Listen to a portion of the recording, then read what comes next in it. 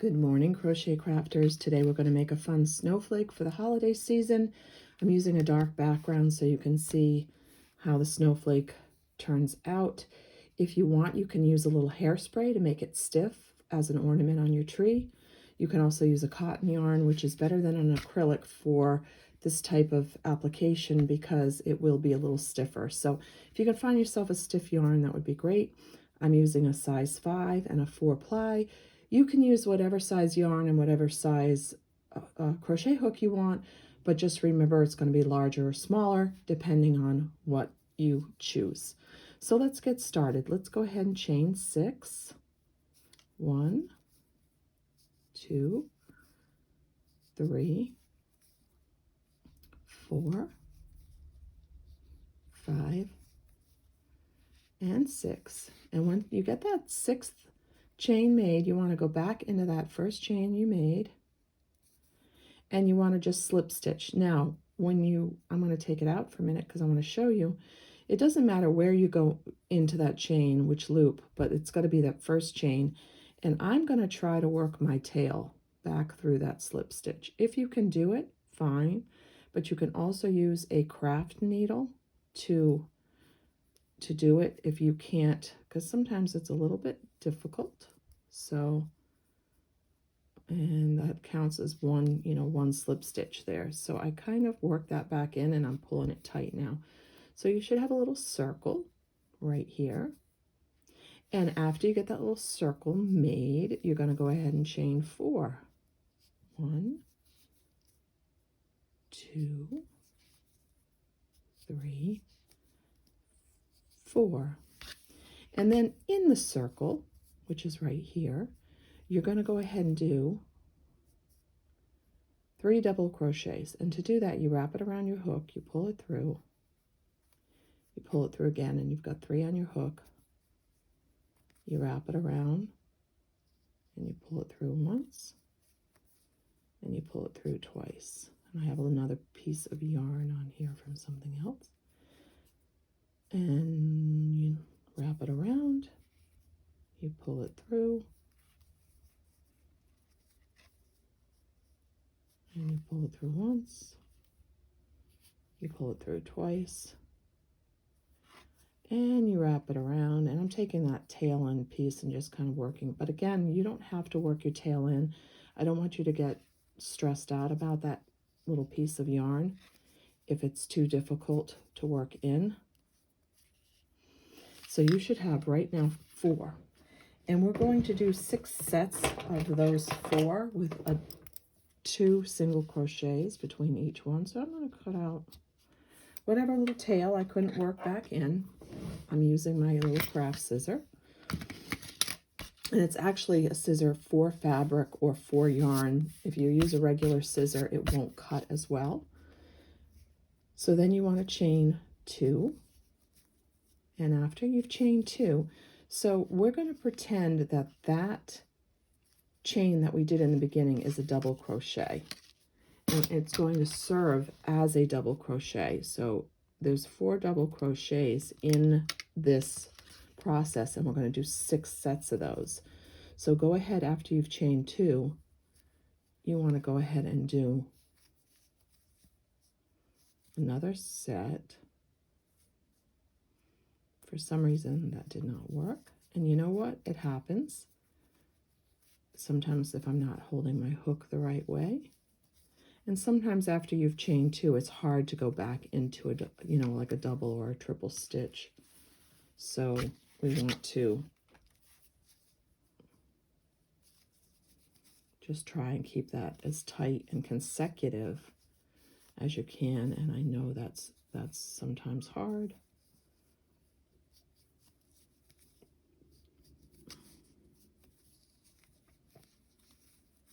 So here's the other secret. Always chain 2 after you do the 4. So what you want to do is, you made that circle, you want to kind of push it over. Push it over as far as you can. And the reason you're pushing it over as far as you can, because you've got 1, 2 sets, and you've got to do 4 more sets of those. So we want to go ahead and do 1, and we want to do 2, and we want to do 3, and 4, and chain 2, and 1, 2, and remember we're doing 6 sets of these. It's going to be really cute. It's fast. And chaining 2 after every set of 4 double crochets. So I have 1, 2, 3, 4, and again I've got to like push my way over a little bit, and it's not going to look square right away. So if it's looking a little crooked, that's perfectly fine, and that's the way it should look. If it looks perfectly square right now, then you haven't done the same amount of double crochets as what I'm doing. So this is my 5th set, and I've got to chain 2, and I'm going to do my 6th set. And remember, after your 6th set that you do, remember that you make sure you do chain 2, because a lot of people forget that there's one more chain after you finish that 6th set of double crochets. So after you've done that 6th set of double crochets, there's 4 in a set, it should look something like that. And when you're coming back around, you're going to take that, you're going to count up 1, 2, 3, 4, where you started at the 4th chain. You're going to put your hook through on that 4th loop up there.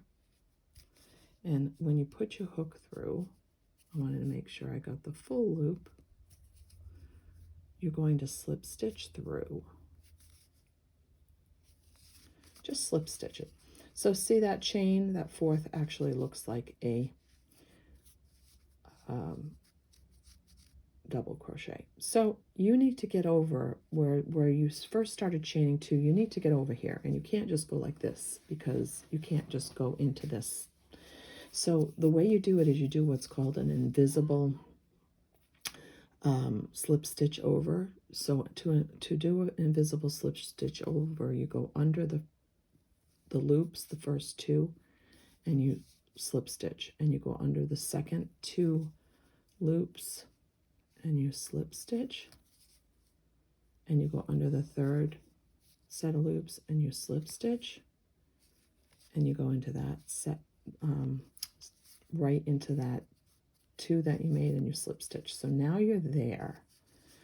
So now that you're there, what you're going to do is create your snowflake. So you're going to go ahead and chain 1 and 2 and 3. And when you've done that, you're going to go back into where you had chained 2 before and slip stitch. So now you've got kind of like a little bump right there. Now you're going to chain 5. 1, 2, 3, 4, and 5. And every time you're doing that, going back into the same place, and we're slip stitching. And to slip stitch can be a little bit of a challenge after you've chained, so you have to hold it tight. Then we're going to do 7.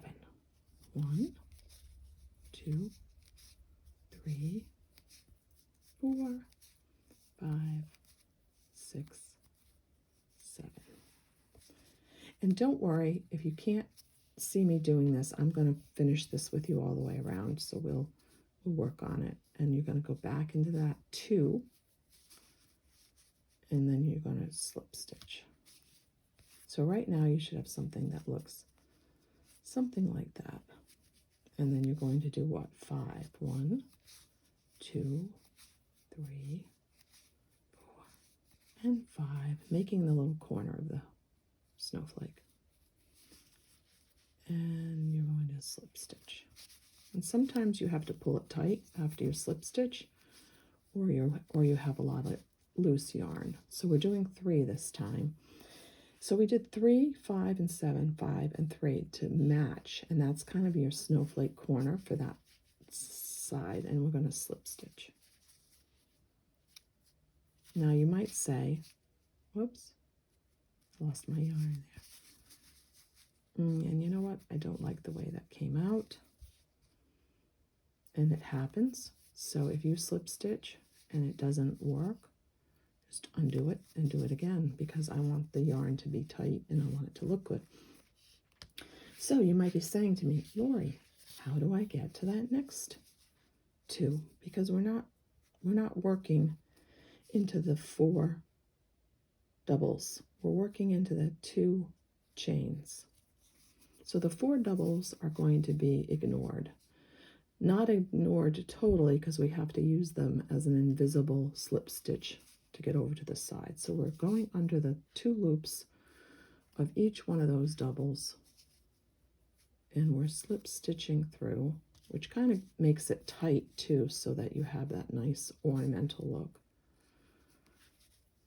And slip stitch. Sorry about that. So you've slip stitched, so it should look something like that. And each one of these corners is going to be exactly the same as this, which is going to give you that beautiful little snowflake for your tree. So what you want to do next is you want to go ahead and do a chain 3. And again, if it's tight in that 2, you can just simply slide it over, and you're going to slip stitch under, and it's going to be tight because you're making this lovely snowflake which has this appearance. And then you're going to do 5, 2, 3, 4, and 5, and again slip stitch over, and you have to hold the yarn to manipulate it, and then 7, 1, 2, 3, 4, 5, 6, and 7. And it's always rule of thumb when you're doing this is you're slip stitching it back into that 2. So we're doing 5 again, 1, 2, 3, 4, and 5, and we're slip stitching it through, and we're doing 3, 1, 2, and 3, and we're going to slip stitch it into that corner of 2. So again, it's slip stitching it 3, 5, 7, 5, and 3. So we've done 2 of those, and we're actually going to do 6 of those. So we've done 2. So what do we need to do now? We need to go back and do our invisible slip stitch.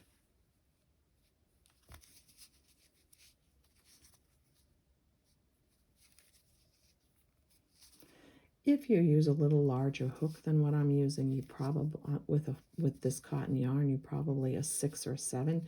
You won't have the same kind of slippage that I'm having, but I like a 5 with this thick yarn because it just, to me, it looks nice and it comes out very, very perfect. So I'm going to do 3 in here, 1, 2, and 3, and again, holding the yarn to make sure that you are not having a bunch of loose yarn, because it's easy to have loose yarn right there if you slip stitch through and you don't hold the other piece of yarn. So this yarn right here, you have to make sure you're holding it, and when you're pulling through, you're only taking what you need. Otherwise that piece is going to be like randomly wild.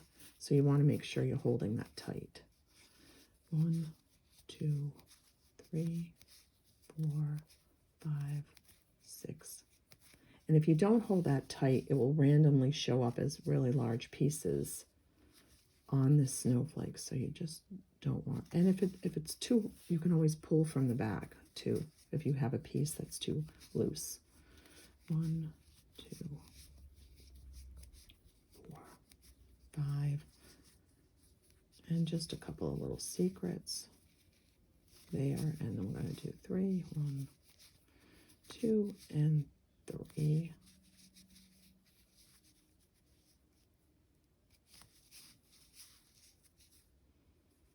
Now I'll show you when we get to the end how you make the loop to put it on your tree, or if you're using one of those metal hooks and you're not like going to use a loop to get it onto the tree, then you can go ahead and finish the 2 off and then just slip stitch it. But if you're going to do what I do and make a little hook for it, then we'll do that together. So we're doing 1 and 2 and 3, and then again it's a slip stitch, and 1 and 2 and 3 and 4 and 5, and up. See, it randomly wanted to go over that, and a slip stitch, and I'm going to push it back because I need just a little bit of room. And 1 and 2 and 3, 4, 5, 6, 7, and just keeps wanting to go over that for some reason. And slip stitch, and I'm just going to tighten it up. And 1 and 2 and 3 and 4 and 5. Slip stitch, and 1 and 2 and 3, and slip stitch. So you can see I have 4 sides. It's looking really cute for the tree. The other thing you can do with these is you can put them on packages. I love to put these little snowflakes or ornaments that I crochet onto packages. Just so much fun. So you're doing that invisible slip stitch across, which is also reinforcing your ends here and making it nice and tight. And I have 2 more to go. 1, 2, and 3. Slip stitch. 1, 2, 3, 4, and 5. And slip stitch. Again, pulling it tight, pushing it over. 1, 2, 3, 4, 5, 6, 7, and remember, make room for it. Push it over, slip it through, slip stitch. 1, 2, 3, 3. Whoops. That's why I'm saying if you use a 6 or 7, it might be easier. 5.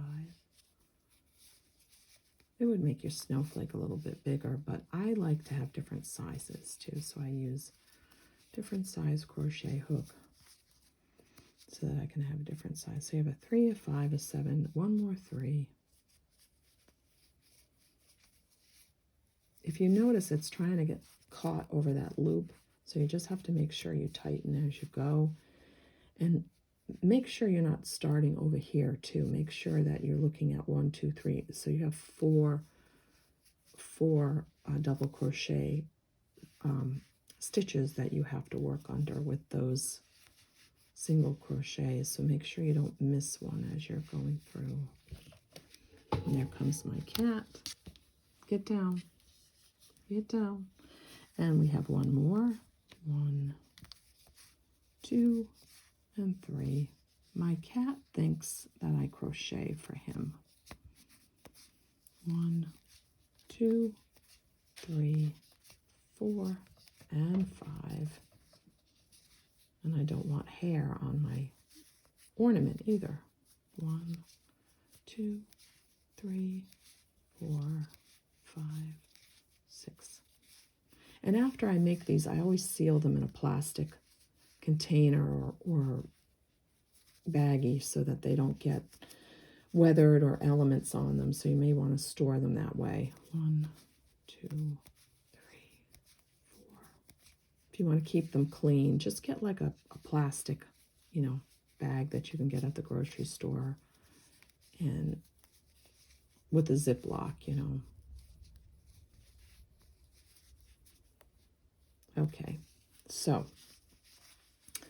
we're back to the beginning here, but we don't have to do a chain 2 on this particular one. We don't have to do chain 2. We don't have to, because we already started. So we have all of our sides made, and we have all of our invisible chains made, and it looks really adorable. So what we're going to do is we actually have 4 loops. So if you count 1, 2, and 1, 2 here, what you're going to do is you're going to go back through again and make another invisible chain. And then in that second loop, when you make that invisible chain, you're going to chain up 1, 2, 3, 4, 5, 6, 7, 8. I find 8 is good because it makes just the right size to hang through the loop of your Christmas tree. If you don't want that loop, you could just slip stitch off there, sew in the ends, and then you would be done with your really cute snowflake. But if you're like me and you want to put it on a package, or you want to put it on the tree, you can add this extra loop. Now when you go back through to put this through, you're going through the same one, which is the middle, because you want to be in the middle of those 4. You want it to be in the middle. And when you pull through, which I didn't get all of the yarn, so I'm going to do that again. When you pull through, I lost a loop, go through the same one and you slip stitch. And then you pull through like that, and you cut it. And the reason I'm cutting kind of a long piece is because you don't want this, which is your hook, to come undone. So if you want that hook there, and you don't want it to come undone, you want to be able to sew that back in. So I'm going to take my sewing needle, and I'm going to sew that back in after the fact. But anyways, that is really what your cute little snowflake will look like. And it's awesome for your tree, for your presents, or just about anything. So thank you so much for following me on Lori's Handiwork, and I'll see you here for the next project. Take care.